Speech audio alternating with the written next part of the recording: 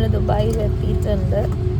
ഇപ്പോൾ flight land ചെയ്ത് തീരെ ഉറങ്ങിയിട്ടില്ല. ലീനു സ്റ്റിൽ നല്ല ഉറക്കിലാണ്. നമുക്ക് ഉറങ്ങാൻ പറ്റിയില്ല. ഫുഡൊക്കെ കിട്ടിയിട്ടുണ്ടായിരുന്നു. പിന്നെ ഞാൻ ഉറക്കത്തിൽ കഴിച്ചുകൊണ്ട് എനിക്ക് വീഡിയോ എടുക്കാനൊന്നും പറ്റിയില്ല. സോ ഞാൻ അങ്ങോട്ടുള്ള ഹോട്ടലിലേക്ക് പോകുന്നതും ബാക്കിയൊക്കെ കാണിച്ചു തരാം. അപ്പോൾ നമ്മൾ ദുബായിലെത്തി. ഞാൻ പറയണ കേൾക്കുന്നുണ്ടോയെന്ന് അറിയില്ല. ഞാൻ മെല്ലെ പറയണത്. ലാൻഡ് ചെയ്തു, ഫ്ലൈറ്റ് നിർത്തി, എല്ലാവരും നീക്കുന്നുണ്ട്.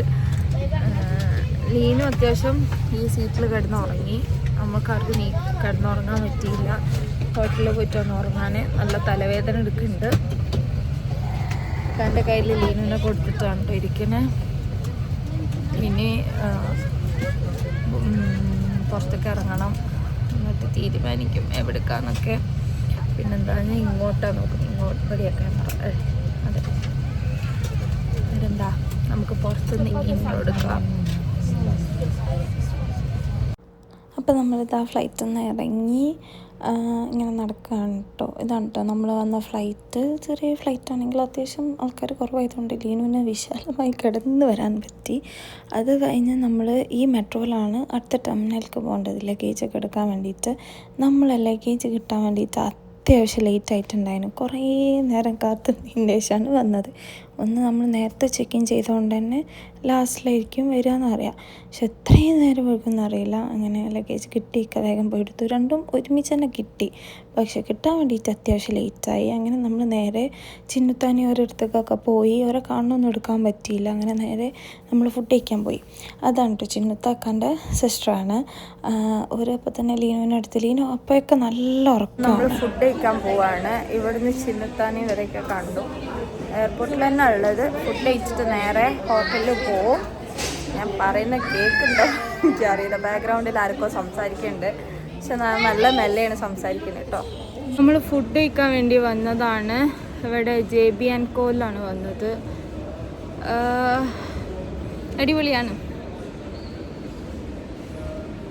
പിന്നെ ഞാൻ കാണിച്ചു തരാം ബാക്കി കേട്ടോ. അങ്ങനെ നമ്മൾ ഫുഡ് കഴിച്ച് നേരെ തിരിച്ച് ടാക്സി, എയർപോർട്ട് ടാക്സി കിട്ടുന്നുണ്ട്, അങ്ങോട്ടാണ് കേട്ടോ പോകുന്നത്. നമ്മളിനി ഹോട്ടലിലേക്കാണ് പോകുന്നത്. ഇപ്പം നമ്മൾ എത്തി. എന്നിട്ടാണ് ഉമ്മയപ്പൊക്കെ എത്തുക. കുറച്ച് ലേറ്റായിട്ടേ എത്തുള്ളൂ. അത് കഴിഞ്ഞ് നമ്മൾ നേരെ താഴേക്ക് പോയി. ഞാൻ ഈ സമയമൊക്കെ ആകുമ്പോൾ ഉറക്കത്തിൻ്റെ ഒരു മന്ദപ്പൊക്കെ വിട്ട് എല്ലാവരും കണ്ടപ്പം ഭയങ്കര ഹാപ്പിയായി. നമ്മൾ കുറേ നേരം നിൽക്കേണ്ടിയൊന്നും വന്നില്ല. പെട്ടെന്ന് നമുക്ക് ടാക്സിയൊക്കെ കിട്ടി. നമ്മൾ പെട്ടെന്ന് പോയി. ഇനി അങ്ങോട്ടുള്ള വീഡിയോസൊക്കെ എടുത്തതുകൊണ്ട് ചില വീഡിയോസൊക്കെ ഫോണ് നേർക്ക് വെച്ചിട്ട് വേണം കാണാൻ. അത് ഞാൻ എല്ലാവരും പരിചയപ്പെടുത്തി തരാം. അത് ചിന്നുത്ത, മറ്റേത് അമ്മു, ചിന്നുത്താൻ്റെ മൂത്ത മോള്. ഇത് റമീസ്ക, ഇത് ഹാനു. ഇതാണ് കന സിസ്റ്ററും ഒരു ഫാമിലി. അപ്പോൾ നമ്മൾ നേരെ കാറിൽ ഹോട്ടലിലേക്ക് പോവുകയാണ്. ശരിക്കും ദുബായ് എനിക്ക് എപ്പോഴും ഒരു ഇഷ്ടമുള്ള സ്ഥലമാണ്, നൊസ്റ്റുമാണ്, അങ്ങനെയൊക്കെ എല്ലാം കൂടെ മിക്സ്ഡാണ്. ഞാൻ അബുദാബിയിലാണ് ജനിച്ചത്. അപ്പോൾ അതൊക്കെ കാണുമ്പോൾ ഭയങ്കര സന്തോഷമാണ് കേട്ടോ.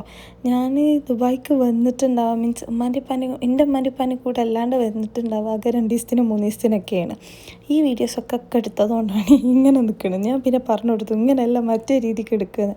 അങ്ങനെ ലാസ്റ്റിക്കാണ് ആളെടുത്തത്. ആൾ ബുർജ് ഖലീഫൊക്കെ കാര്യമായിട്ട് എടുത്തതാണ്. പക്ഷെ ഇങ്ങനെ ആയിപ്പോയി. എന്തായാലും നിങ്ങൾ അഡ്ജസ്റ്റ് ചെയ്യും. അങ്ങനെ ദുബായ് കാണുമ്പം ഭയങ്കര സന്തോഷമാണ്. ഈ വീഡിയോ ഞാൻ ഇവിടെ എൻഡ് ചെയ്യാണ്. ഹോട്ടലിലത്തെ വീഡിയോ അപ്പം കാണാം. Okay, by.